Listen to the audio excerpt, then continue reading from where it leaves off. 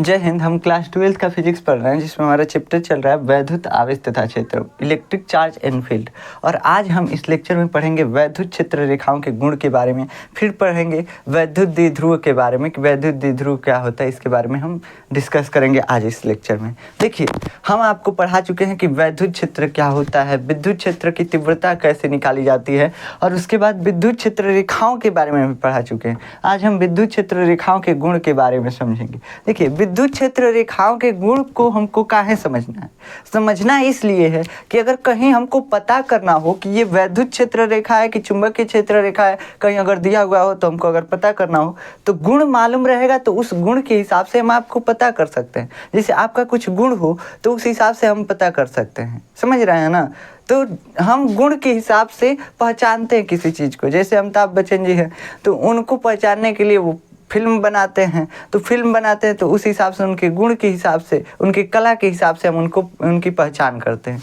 वैसे ही ये विद्युत क्षेत्र रेखाएं जो होती हैं, इनके कुछ गुण होते हैं, इनको पहचानने के लिए इनके कुछ गुण होते हैं, उन्हीं को देख करके हम पहचानेंगे कि ये विद्युत क्षेत्र रेखाएं हैं। कहाँ से कि चुंबकीय क्षेत्र रेखाएं भी होती हैं, और वो भी ऐसे ही इसी तरह से होती हैं। नॉर्थ से निकलती हैं, चुंबक में नॉर्थ से निकलती है और साउथ की तरफ जाती हैं, नॉर्थ से निकलेंगी साउथ की तरफ जाएंगी, ऐसे होती हैं चुंबकीय क्षेत्र रेखाएं भी। लेकिन ये विद्युत क्षेत्र रेखाएं जो होती हैं, ये क्या होती हैं? ये प्लस आवेश और माइनस आवेश। अब ये भी प्लस से निकलती हैं, माइनस की ओर जाती हैं, प्लस से निकलती है, माइनस की ओर जाती हैं।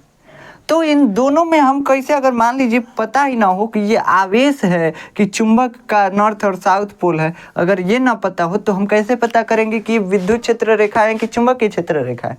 तो हमको मालूम नहीं चलेगा, ठीक, कि इलेक्ट्रिक फील्ड लाइन है कि मैग्नेटिक फील्ड लाइन। तो इसको पता करने के लिए हमको इनके गुणों के बारे में अध्ययन करना होगा कि इनके गुण क्या क्या होते हैं। इसके बारे में हम यहाँ पे बोले हैं कि आवेश है, कहीं कहीं बोलेगा आवेश है, ये नहीं है, आवेश ना बताएगा ना ये बताएगा कि चुंबक है, तब कैसे पता करेंगे?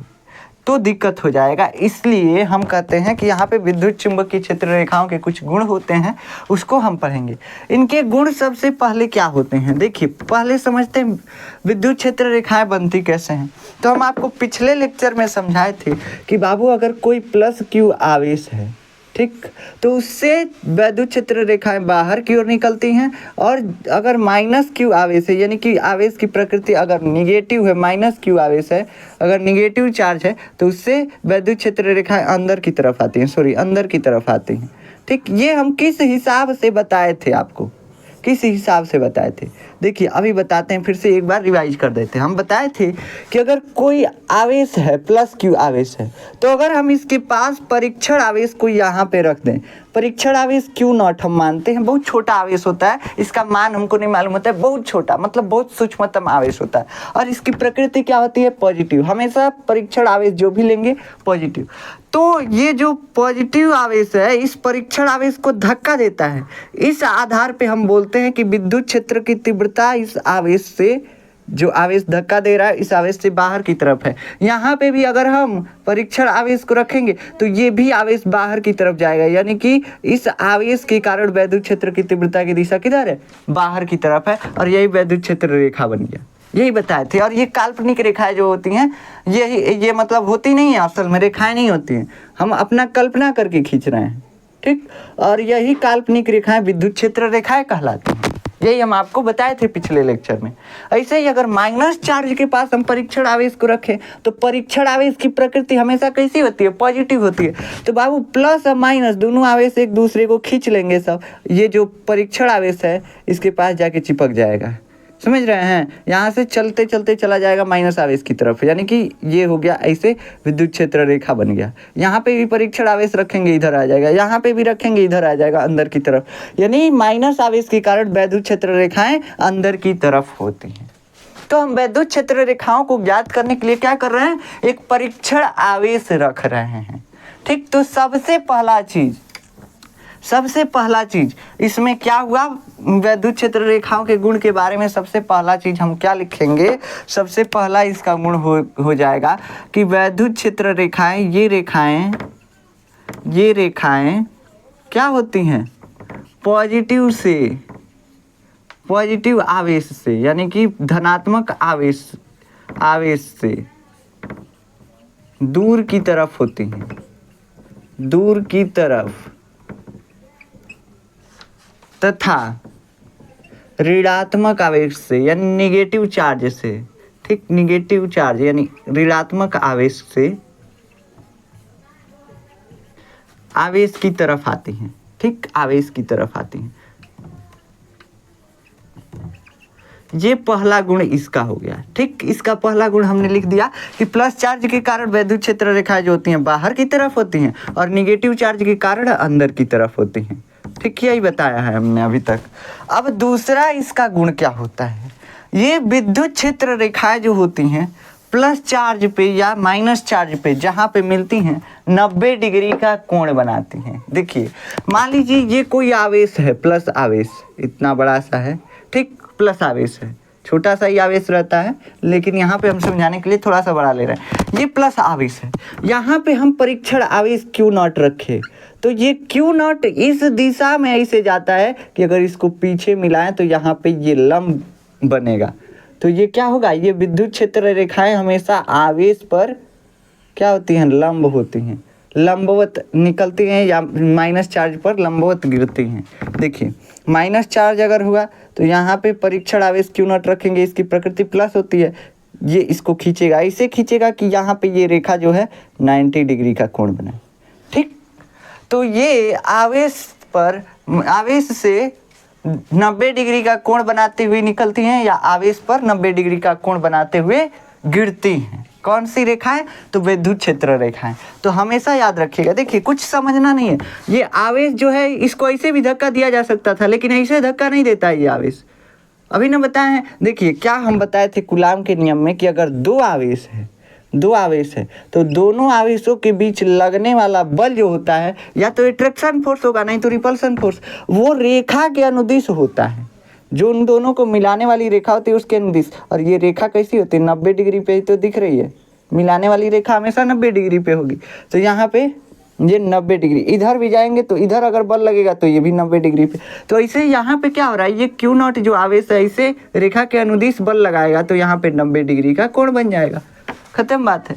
बस यही बोल रहा है कि जो विद्युत क्षेत्र रेखाएं होती हैं आवेश से 90 डिग्री का कोण बनाते हुए निकलती हैं पॉजिटिव आवेश से यानी प्लस आवेश से, और निगेटिव आवेश पर 90 डिग्री का कोण बनाते हुए आपतित होती हैं, मतलब आती हैं, बस इतना ही है। यहाँ पे ये 90 डिग्री का कोण बनाएंगे।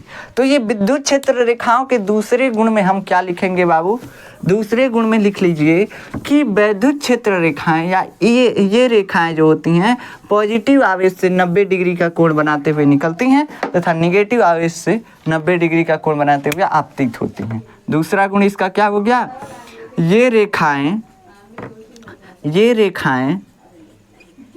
क्या हो गया, ये रेखाएं पॉजिटिव आवेश से, पॉजिटिव की जगह पे आप धनात्मक लिखिएगा, आवेश से, पॉजिटिव भी लिख सकते हैं लेकिन बाद में आपको समझ में नहीं आएगा, सॉरी। देखिए पॉजिटिव आवेश से यानी धनात्मक आवेश से 90 डिग्री का कोण बनाते हुए या लंबवत लिख लीजिए, लंबवत निकलती हैं, लंबवत निकलती हैं तथा निगेटिव आवेश से, निगेटिव आवेश पर लंबवत आपतित होती हैं, आपतित होती हैं, ठीक, मतलब आती हैं, आपतित होती हैं, सॉरी, आपतित होती हैं, ठीक। ये इसका दूसरा गुण हो गया, विद्युत क्षेत्र रेखाओं का दूसरा गुण हो गया। तीसरा गुण इसका क्या लिखेंगे, तीसरा गुण लिखने के लिए यहाँ पे समझिए, पहला क्या हम एक ठे पॉजिटिव आवेश यहाँ पे रखते हैं और एक ठे निगेटिव आवेश रखते हैं, फिक्स कर दिए, दोनों को एक जगह पे धंसा के रख दिए, नहीं तो दोनों एक दूसरे को खींच करके चिपक जाएंगे सब, प्लस माइनस एक में चिपक जाएंगे सब, बल लगने लगेगा। लेकिन बल लग रहा है लेकिन हमें एक जगह इन सबको फिक्स कर दिए हैं, कैसे भी फिक्स कर दिए हैं, समझ लीजिए कि काटी गाड़ के फिक्स किए हैं, कैसे भी फिक्स कर दिए हैं, ठीक। बल लग रहा है लेकिन ये एक दूसरे के पास नहीं आ रहे हैं, कहाँ से कि फिक्स कर दिए हैं।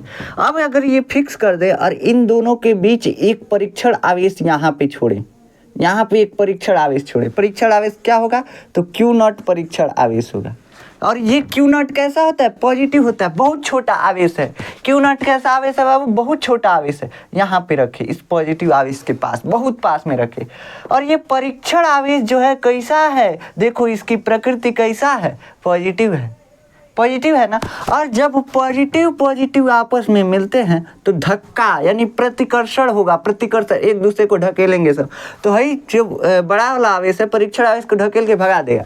तो ये भगते भगते कहाँ जाएगा, इधर जाएगा। ऐसे जैसे यहाँ पे आएगा ना, है कहेगा एक तुम कहाँ उधर जा रहा है, इधर। ये माइनस चार्ज जो है इसको इधर खींच लेगा। कहाँ खींच लेगा, कहाँ से कि प्लस और माइनस में अट्रैक्शन है। परीक्षण आवेश इधर दौड़ते दौड़ते जा रहा है, यहाँ पे क्या है, परीक्षण आवेश। और परीक्षण आवेश प्लस है, माइनस है, इधर वाला चार्ज माइनस है, इसको खींच लेगा। प्लस माइनस में अट्रैक्शन यानी आकर्षण, खींच लेगा। जैसे खींचेगा तो ये इसका रास्ता कैसे जाएगा, ऐसे, समझ रहे हैं। तो ये परीक्षण आवेश कैसे गया, ऐसे। और ये परीक्षण आवेश के रास्ते को ही तो हम यहाँ पे क्या बोल रहे थे, यहाँ पे परीक्षण आवेश छोड़ रहे थे, जैसे जा रहा था वही वैद्युत क्षेत्र रेखा बन जा रहा था। यहाँ पे भी क्या हुआ, पॉजिटिव से निगेटिव की तरफ परीक्षण आवेश किया, यानी ये भी वैद्युत क्षेत्र रेखाएं हैं। अगर यहाँ पे छोड़ेंगे परीक्षण आवेश को तो ये भी धीरे धीरे यहाँ पे जाएगा, तब तक माइनस वाला खींच लेगा बस यहाँ पे, समझ रहे हैं। यहाँ पे छोड़ेंगे तो और ही कम कर्व बना के जाएगा, ऐसे जाएगा, ठीक। तो ये देख रहे हैं, ये क्या हो गया, इसका मतलब कि ये वैद्युत क्षेत्र रेखाएं जो होती हैं प्लस से निकल करके और माइनस की ओर चली जाती हैं, माइनस में चली जाती हैं, माइनस आवेश में टर्मिनेट हो जाती हैं, ख़त्म हो जाती हैं, मिल जाती हैं। यहाँ से ऐसे निकलेगा, ऐसे।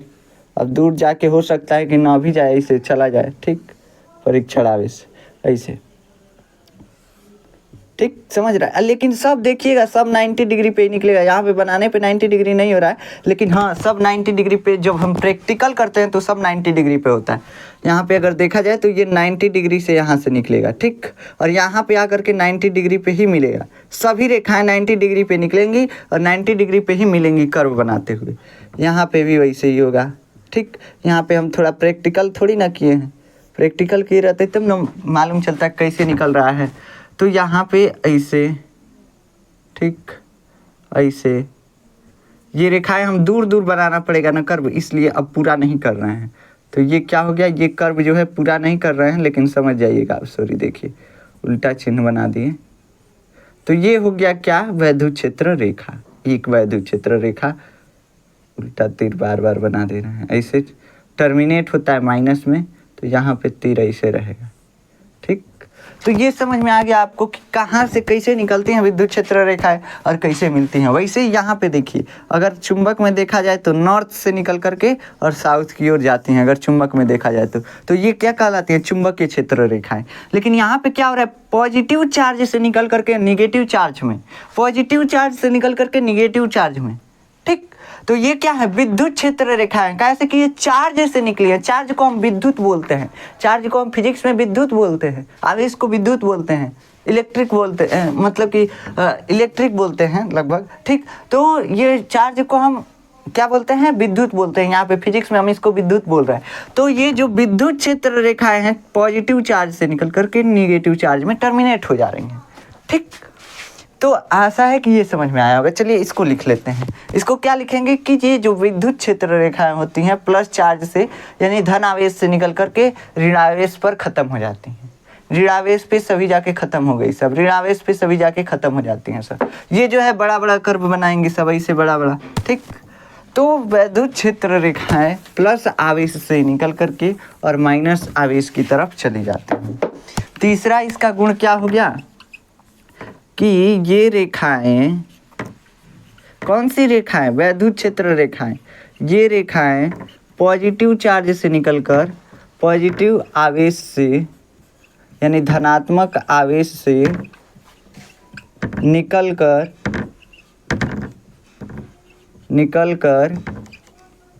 ऋणात्मक आवेश की तरफ, ऋणात्मक आवेश की तरफ या ऋणात्मक आवेश पर ख़त्म हो जाती हैं, ख़त्म हो जाते हैं, ठीक।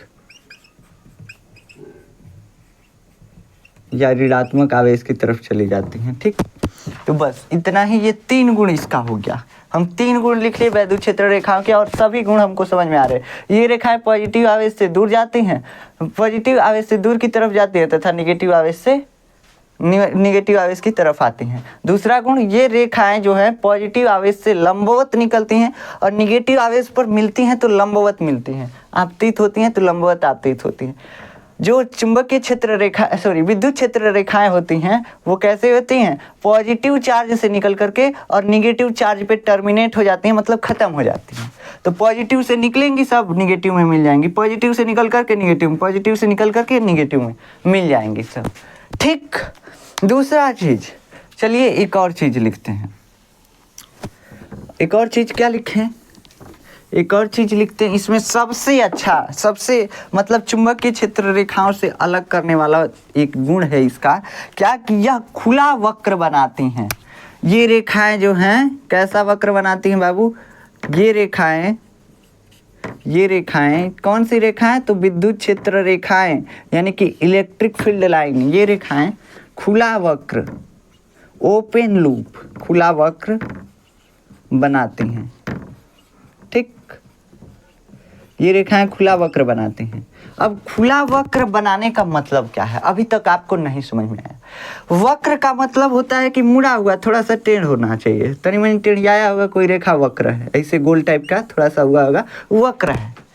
अब खुला वक्र का मतलब कि जो प्रारंभिक सिरा है और अंतिम सिरा है नहीं मिला है तो खुला वक्र है, और यही अगर प्रारंभिक सिरा अंतिम सिरा मिल गया तो ये बंद वक्र हो गया, ये बंद वक्र हो गया, और ये खुला वक्र है, और इसको मिला दिए तो ये बंद वक्र हो गया। मतलब कि प्रारंभिक सिरा अंतिम सिरा मिल गया तो बंद वक्र, और नहीं मिला तो खुला वक्र। अब देखो, हम अभी बनाए थे पॉजिटिव निगेटिव चार्ज के बीच विद्युत क्षेत्र रेखाएं। क्या बनाए थे, पॉजिटिव निगेटिव चार्ज के बीच विद्युत क्षेत्र रेखाएं। तो यहाँ पे हो गया आपका पॉजिटिव चार्ज, यहाँ पे हो गया निगेटिव चार्ज। पॉजिटिव से निकल करके ऐसे वक्र बना रही थी सब, पॉजिटिव से निकल करके और निगेटिव की तरफ ऐसे वक्र बन रहा था कि नहीं बन रहा था, ऐसे ही विद्युत क्षेत्र रेखाएं निकल रही थी सब। अब ये विद्युत क्षेत्र रेखाएं जो हैं कहीं पे दोनों एक दूसरे से मिल रही नहीं, देखिए यहाँ से निकल करके यहाँ पे खत्म। ये वक्र तो है लेकिन बंद वक्र नहीं है। क्या है बाबू, वक्र है, लूप है, लेकिन क्लोज लूप नहीं है, ओपन लूप है। क्या है, ओपन लूप है। ये यहाँ से शुरू हुई है यहाँ पे खत्म, ये यहाँ से शुरू हुई है यहाँ पे खत्म। ठीक, तो कहीं पे इसका प्रारंभिक सिरा और अंतिम सिरा मिला नहीं है। ठीक, तो जब नहीं मिला है तो ये क्या है, खुला वक्र। तो विद्युत क्षेत्र रेखाएं जो होती हैं खुला वक्र बनाती हैं, ओपन लूप बनाती हैं। अब यहीं पे आ जाता है आपका चुंबकीय क्षेत्र रेखा और विद्युत क्षेत्र रेखाओं में अंतर। क्या, देखिए जो चुंबकीय क्षेत्र रेखाएं होती हैं, थोड़ा सा समझिए यहाँ पे, जो चुंबकीय क्षेत्र रेखाएं होती हैं, ये चुंबक हो गया आपका, नॉर्थ और साउथ दो पोल होता है। चुंबकीय क्षेत्र रेखाएं क्या होती हैं, तो नॉर्थ से निकल करके साउथ की तरफ जाती हैं। अभी खुला वक्र है, यहाँ से नॉर्थ से निकली एक रेखा साउथ की तरफ गई, ये चुंबकीय क्षेत्र रेखा है, निकली और गई चुंबक में, चुंबकीय क्षेत्र रेखा। लेकिन ये बंद वक्र बनाती हैं। बंद वक्र कैसे, तो देखिए नॉर्थ से निकल करके साउथ की तरफ जाती है चुंबक के बाहर। चुंबक के बाहर कैसा, तो नॉर्थ से निकल करके साउथ की तरफ। लेकिन चुंबक के अंदर भी ये रेखाएं होती हैं, चुंबक के अंदर भी चुंबकीय क्षेत्र होता है, और ये रेखाएं चुंबक के अंदर साउथ से नॉर्थ की ओर जाती है। तो यही रेखा देखिए पूरा लूप, बंद लूप बन गया। चुंबक के अंदर भी रहता है ये रेखा और चुंबक के बाहर भी, ये क्या बन गया, बंद लूप बन गया, यानी क्लोज लूप बन गया। अब ये क्लोज लूप यानी बंद वक्र बन गया। तो चुंबकीय क्षेत्र रेखा और विद्युत क्षेत्र रेखा में क्या अंतर है, अंतर इतना ही है कि ये जो है ओपन लूप बनाती हैं, कौन सी, विद्युत क्षेत्र रेखाएं, और चुंबकीय क्षेत्र रेखाएं जो हैं क्लोज लूप बनाती हैं, यानी बंद वक्र बनाती हैं। बस इतना ही अंतर है। ठीक, तो इस अंतर से इन दोनों को पहचाना जाता है। तो आशा है कि आप समझे होंगे इन चीज़ों को। ठीक, यहाँ पे हम एक और चीज़ इस लाइन में जोड़ देते हैं, जबकि चुंबकीय क्षेत्र रेखाएं बंद वक्र बनाती हैं। ठीक, जबकि, तभी आप थोड़ा याद रखेंगे, जबकि चुंबकीय क्षेत्र रेखाएं, आप लिखते जाइएगा साथ साथ, चुंबकीय क्षेत्र रेखाएं, चुंबकीय क्षेत्र रेखाएं क्या करती हैं, बंद वक्र बनाती हैं, बंद वक्र बनाते हैं, बंद वक्र बनाते हैं। अब देखिए एक चीज आता है यहाँ पे, पांचवा इसका गुण। ठीक, पांचवा इसका गुण क्या है कि विद्युत क्षेत्र रेखाओं पर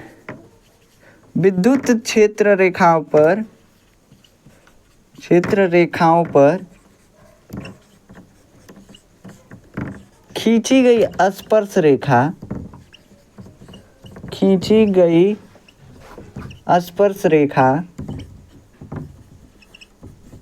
स्पर्श रेखा क्या करती है, उस बिंदु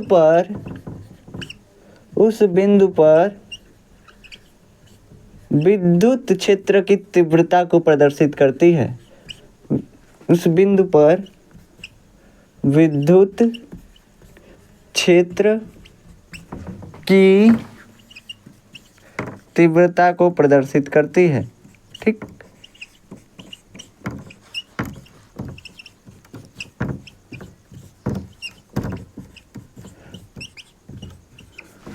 देखिए ये क्या कह रहा है, विद्युत क्षेत्र रेखाओं पर खींची गई स्पर्श रेखा उस बिंदु पर विद्युत क्षेत्र की तीव्रता की दिशा को प्रदर्शित करती है, ठीक, दिखाती है या प्रदर्शित करती है। इसका मतलब क्या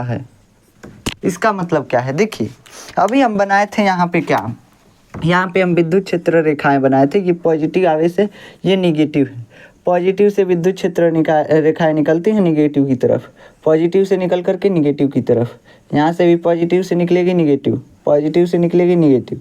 ठीक, तीर लगा दीजिए। अब ये क्या कह रहा है, ये लाइन क्या कह रहा है, ये कह रहा है कि किसी बिंदु पे मान लीजिए कि हमको यहाँ पे इन दोनों आवेशों के कारण विद्युत क्षेत्र की तीव्रता की दिशा ज्ञात करनी हो। जैसे प्लस के कारण विद्युत क्षेत्र की तीव्रता की दिशा बाहर की ओर होती है, माइनस के कारण अंदर की ओर होती है, किसी भी बिंदु पे अंदर की ओर होती है। यहाँ पे देखेंगे तो अंदर की तरफ, और प्लस के कारण यहाँ पे भी देखेंगे तो ऐसे बाहर की तरफ, यहाँ पे देखेंगे ऐसे बाहर की तरफ, ऐसे मतलब बाहर की तरफ, इस बिंदु पे ऐसे बाहर की तरफ। ठीक है, ऐसे पीछे मिल सकता है। तो मतलब विद्युत क्षेत्र की तीव्रता की दिशा हम कैसे दिखा रहे थे, तो विद्युत क्षेत्र रेखाओं से यहाँ पे। लेकिन यहाँ पे अगर दोनों के बीच विद्युत क्षेत्र रेखा बनने लगे, प्लस और माइनस के बीच, तो अगर किसी बिंदु पे हमको विद्युत क्षेत्र की तीव्रता की दिशा ज्ञात करनी हो तो क्या करेंगे। इस बिंदु पे मान लीजिए विद्युत क्षेत्र की तीव्रता की दिशा ज्ञात करनी है, हम यहाँ पे एक स्पर्श रेखा खींच देंगे। स्पर्श रेखा का मतलब कि इस विद्युत क्षेत्र रेखा को छूता हुआ वो रेखा जाए और सीधा रहे, ऐसे। ठीक, ये रेखा, और ये तीर जैसे लगा होता है, किसमें, तीर जैसे विद्युत क्षेत्र रेखा में लगा होता है, वैसे लगा दीजिए। तो यही रेखा जो है विद्युत क्षेत्र की तीव्रता को दर्शा रही है। कहाँ पे, किस बिंदु पे, तो इस बिंदु पे दर्शा रही है जिस बिंदु पे टच की हुई है। अब कहें कि यहाँ पे विद्युत क्षेत्र की तीव्रता की दिशा ज्ञात कीजिए, तो यहाँ पे एक स्पर्श रेखा खींचेंगे, स्पर्श रेखा ऐसे खींच दिए। तो यहाँ पे विद्युत क्षेत्र की तीव्रता कैसी है, तो इस तरफ है, समझ रहे हैं, इस तरफ है। विद्युत क्षेत्र की तीव्रता की दिशा इस तरफ है। अगर यहाँ पे कहें तो कैसा होगा, यहाँ पे कहें तो इसे सीधा खींच देंगे और ये विद्युत क्षेत्र की तीव्रता की दिशा इस तरफ हो जाएगी।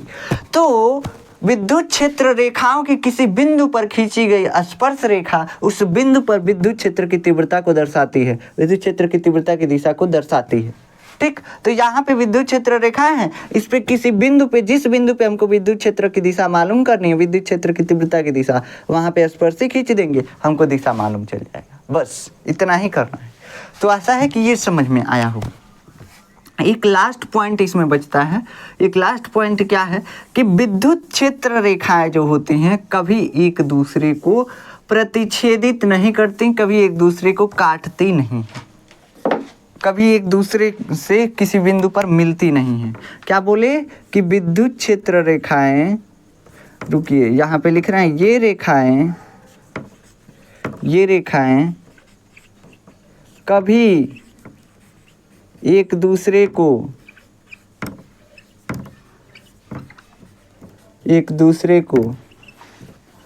काटती नहीं है या प्रतिच्छेद नहीं करती हैं। क्यों नहीं करती हैं? क्योंकि अगर ऐसा होगा क्योंकि ऐसा होने पर उस बिंदु पर दो स्पर्श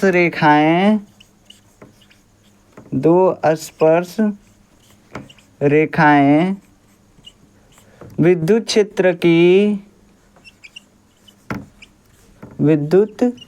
क्षेत्र की दो दिशाओं को प्रदर्शित करेंगी, दिखाएंगी या प्रदर्शित करेंगी, दिखाएंगी, ठीक, जो कि संभव नहीं है,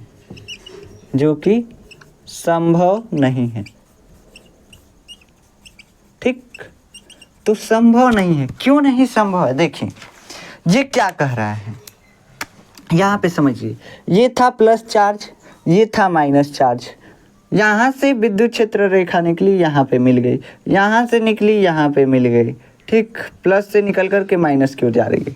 अगर कोई रेखा यहाँ से निकलती और यहाँ से काट देती, इसको ऐसे चली जाती, तो एक तो यहाँ पे 90 डिग्री का कोण नहीं बनता, कैसे भी अगर बन भी जाता तो भी ये संभव नहीं है। क्यों संभव नहीं है?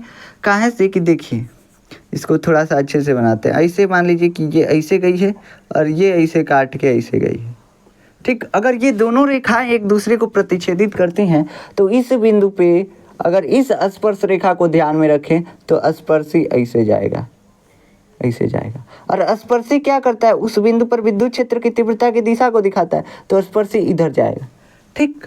और इस विद्युत क्षेत्र रेखा को ध्यान में रखें तो स्पर्शी ऐसे जाएगा, ऐसे, ठीक। देख रहे हैं? तो इसी बिंदु पे दो स्पर्श रेखा हो गया, और दो स्पर्श रेखा हो गया मतलब कि विद्युत क्षेत्र की तीव्रता की दो दिशाएं हो गई, और ये दो दिशाएं किसी भी बिंदु पर विद्युत क्षेत्र की तीव्रता की केवल एक दिशा होती है, दो दिशाएं नहीं होती।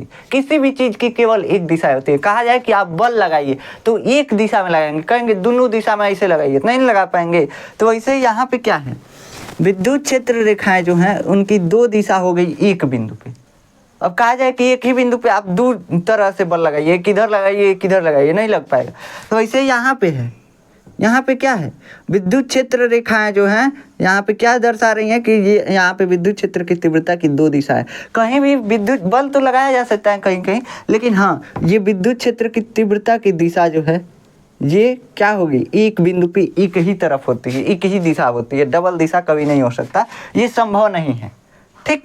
तो कभी भी ये रेखाएं एक दूसरे को प्रतिच्छेदित नहीं करती, नहीं काटती हैं। क्यों नहीं काटती हैं? क्योंकि उस बिंदु पे डबल विद्युत क्षेत्र की दिशा बन जाती है, विद्युत क्षेत्र की तीव्रता की, जो कि संभव नहीं है, तो बस इसी कारण से ये एक दूसरे को काटती नहीं। तो आशा है कि विद्युत क्षेत्र रेखाओं के गुण आपको समझ में आए होंगे। इतना ही गुण थे, 6 गुण काफ़ी हैं। आप पेपर में आएगा 3 लिख देंगे तो हो जाएगा, 3 से अधिक नहीं लिखना होता है, 3 से 4, उससे ज़्यादा नहीं। ऐसे हम आपको 6 बता दिए, और भी आप बना करके लिख सकते हैं। चलिए अब हम समझते हैं वैद्युत द्विध्रुव के बारे में। इसका स्क्रीनशॉट आप चाहें तो ले सकते हैं। अब चलिए वैद्युत द्विध्रुव के बारे में समझते हैं। वैद्युत द्विध्रुव क्या होता है इसके बारे में हम समझते हैं। इसके बाद हमारा आएगा विद्युत द्विध्रुव के कारण विद्युत क्षेत्र की तीव्रता निकालना, अच्छी स्थिति में, निरक्षीय स्थिति में। उसके बाद आएगा गास का नियम। उसके बाद बहुत सारी चीज़ें हैं, पृष्ठीय आवेश घनत्व, तो ये सभी चीज़ें आएंगी। पहले हम एक एक टॉपिक को कवर करेंगे। तो चलिए देखिए, विद्युत द्विध्रुव क्या होता है।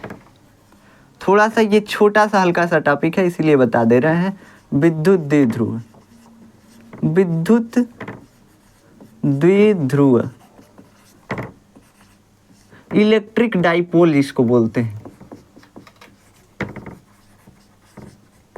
इलेक्ट्रिक,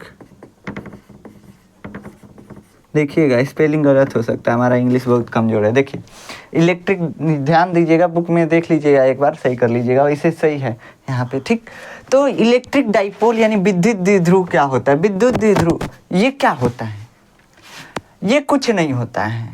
हम यहाँ पे अभी कह रहे थे कि एगो प्लस आवेश रखिए और एगो माइनस आवेश रखिए। सेम वैसे विद्युत द्विध्रुव है। विद्युत द्विध्रुव क्या कहता है, इलेक्ट्रिक डाइपोल क्या बोलता है, देखिए हम इंग्लिश में ही बोलेंगे इसको, विद्युत द्विध्रुव थोड़ा बोलना कठिन हो जा रहा है। तो देखिए इलेक्ट्रिक डाइपोल क्या है, इलेक्ट्रिक डाइपोल जो होता है ना, कुछ नहीं होता है, समान परिमाण के अगर दो आवेश, मान लीजिए एक प्लस क्यू कूलाम हो और एक माइनस क्यू कूलाम हो, समान परिमाण के, यानी कि एक 10 कूलाम हो और एक दूसरा भी 10 कूलाम आवेश हो, समान परिमाण के 10 कूलाम आवेश, 10 कूलाम आवेश, एक जो हो पॉजिटिव हो, एक जो हो निगेटिव हो, क्या बोले कि एक आवेश पॉजिटिव हो, एक आवेश निगेटिव हो, समान परिमाण के लेकिन विपरीत प्रकृति के, एगो प्लस हो एगो माइनस हो, और परिमाण दोनों का कितना हो, सेम हो, 10 हो तो ये भी 10 हो। अगर ये दोनों अल्प दूरी पर रखे हों तो ये क्या करते हैं, अल्प दूरी मतलब बहुत छोटे, बहुत कम दूरी पे रखे हों, एकदम सटा के रखे गए हों, मतलब सटे भी ना हो लेकिन बहुत कम दूरी पे रखे गए हों सर, तो ये क्या करते हैं, ये जो निकाय बनाते हैं, ये जो सिस्टम बनाते हैं, उसी को बोलते हैं वैद्युत द्विध्रुव यानी इलेक्ट्रिक डाइपोल। अब ये सिस्टम क्या होता है, निकाय क्या होता है, अभी तक आपको नहीं समझ में आया सिस्टम क्या होता है। जैसे देखिए आप सिंचाई करते होंगे ना खेत में, तो एगो पहले तो उसमें मशीनों में इंजन लगा होता है कि नहीं, इंजन लगा होता है, इसे कुछ रहता है इंजन, ठीक, और यहाँ पे एगो पंखी लगा होता है पानी खींचने के लिए, ऐसे लगा होता है, ठीक, ये पानी खींचता है। तो इसमें दो चीज़ें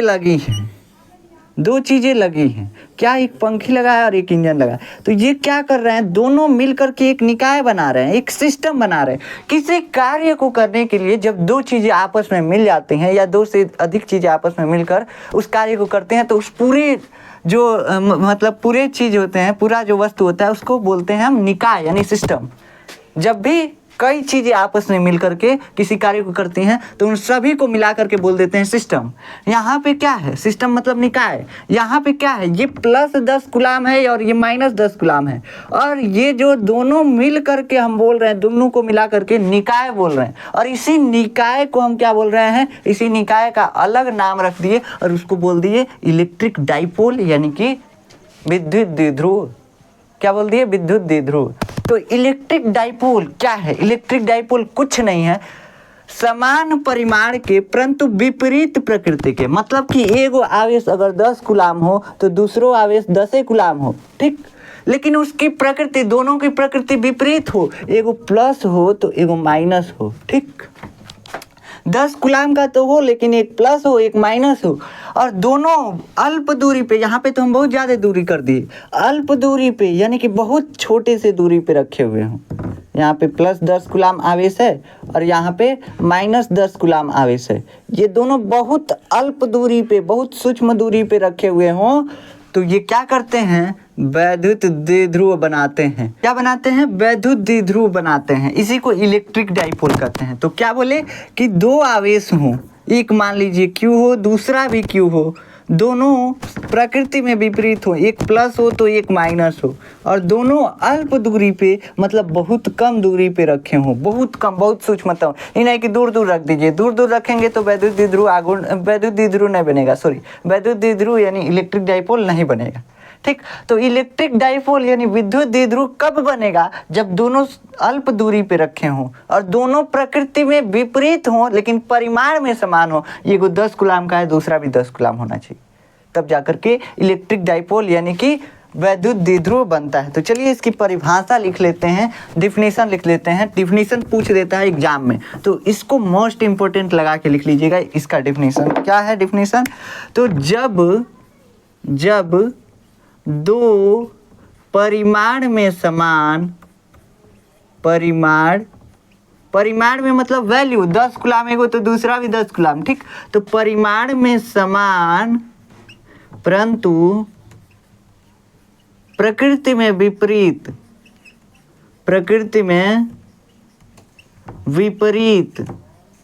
विपरीत मतलब उल्टा, ठीक, तो विपरीत आवेश अल्प दूरी पर स्थित हो तो उनसे बना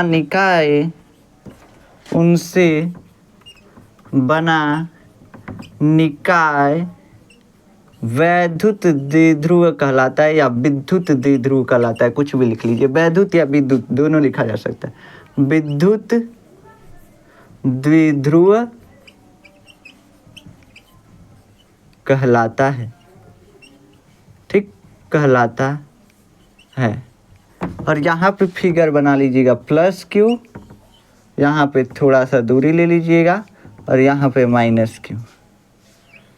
यहाँ पे ये समझिए कि ये है विद्युत द्विध्रुव यानी इलेक्ट्रिक डाइपोल, यहाँ पे लिख लीजिएगा, ठीक। इलेक्ट्रिक डाइपोल, इसके बीच की दूरी हमेशा ली जाती है ज़्यादातर 2L। आप चाहें तो L ले सकते हैं, R ले सकते हैं, कुछ भी ले सकते हैं, लेकिन ये कैलकुलेशन में आसान के लिए हमेशा 2L मानी जाती है, इसके बीच की दूरी 2L, ठीक। तो आप भी 2L मानिएगा, आप चाहें तो मान सकते हैं, L मानिए, R मानिए, अभी पता चल जाएगा जब हम इलेक्ट्रिक डाइपोल मोमेंट बताएंगे ना तो पता चल जाएगा कहाँ 2L माने हैं, ठीक। L भी मान सकते थे, R भी मान सकते थे, कुछ भी मान सकते थे, लेकिन 2L ही क्यों माने इसके बारे में अभी पता चल जाएगा। वैद्युत द्विध्रुव आघूर्ण, वैद्युत द्विध्रुव आघूर्ण क्या होता है, दूसरा चीज समझ लीजिए। वैद्युत द्विध्रुव आघूर्ण, विद्युत द्विध्रुव आघूर्ण, द्विध्रुव आघूर्ण ये क्या होता है? इलेक्ट्रिक डाइपोल मोमेंट इसको बोलते हैं, इंग्लिश में लिख लीजिएगा आप, ठीक। ये क्या होता है? तो इलेक्ट्रिक डाइपोल मोमेंट कुछ नहीं होता है, इलेक्ट्रिक डाइपोल मोमेंट इसको P से दर्शाते हैं। और ये क्या होता है? तो आवेश का परिमाण और गुणे उनके बीच की दूरी को हम बोलते हैं इलेक्ट्रिक डाइपोल मोमेंट। क्या बोलते हैं? Electric dipole moment. बस यहाँ पे ये क्या है, ये सदिश राशि है, लिख लीजिए सदिश राशि, सदिश राशि है, ठीक, सदिश राशि है यह। और इसकी दिशा जो होती है, दिशा क्या है? तो दिशा जो है इसकी, दिशा जो होती है विद्युत द्विध्रुव आघूर्ण की दिशा जो होती है कैसी होती है? माइनस से निगेटिव से पॉजिटिव की ओर, ठीक, निगेटिव से पॉजिटिव, इसकी दिशा उल्टी होती है, ठीक। तो ये वैद्युत द्विध्रुव आघूर्ण क्या है? वैद्युत द्विध्रुव आघूर्ण कुछ नहीं है, जो आवेश बना रहे हैं वैद्युत द्विध्रुव, जो वैद्युत द्विध्रुव बना रहे हैं आवेश, उनका परिमाण और उनके बीच की दूरी को हम बोलते हैं वैद्युत द्विध्रुव आघूर्ण। क्या बोलते हैं बाबू? वैद्युत द्विध्रुव आघूर्ण। अभी 2L क्यों लिए हैं अभी तब पता चलेगा जब हम अक्षीय स्थिति में और निरक्षीय स्थिति में वैद्युत क्षेत्र की तीव्रता ज्ञात करेंगे, तब आपको पता चलेगा कि 2L दूरी ही क्यों लिया जाता है। कहाँ से कि कैलकुलेशन इससे आसान हो जाता है, वहाँ पे डेरिवेशन करना होता है और डेरिवेशन में हमको L लेना पड़ता है, आधी दूरी लेना पड़ता है, तो इसलिए ये L हो जाता है, ये L हो जाता है। अगर L खाली लिए होते चाहे R लिए होते तो R/2L/2, तो कैलकुलेशन वहाँ पे लंबा चला जाता है, इसलिए हम यहाँ पे 2L लेते हैं दूरी को।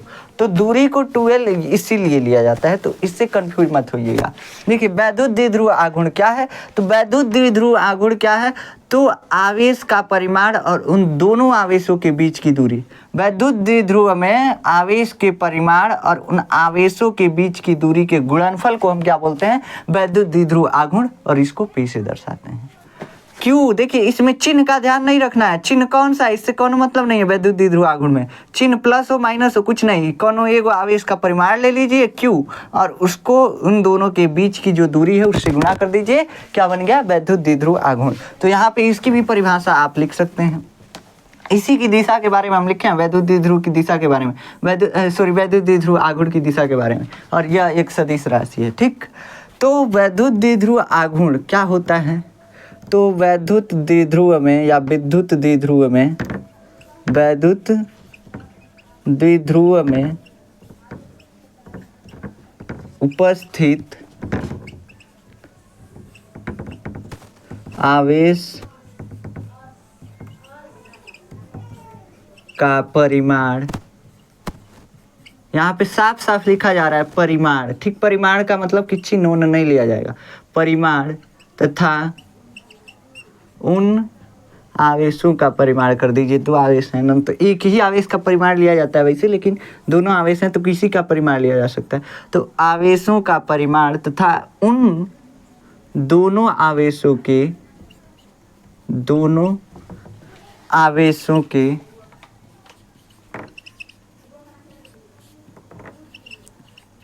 बीच की दूरी का गुणनफल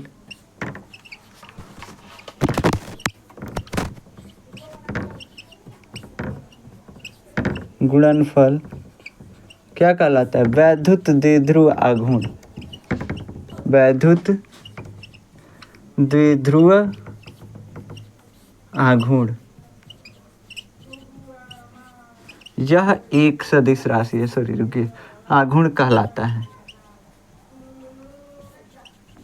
यह एक सदिश राशि है।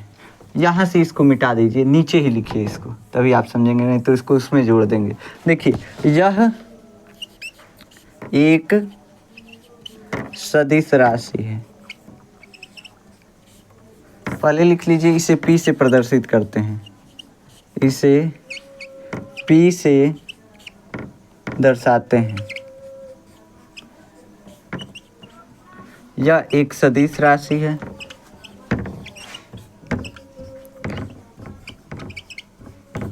यह एक सदिश राशि है तथा इसकी दिशा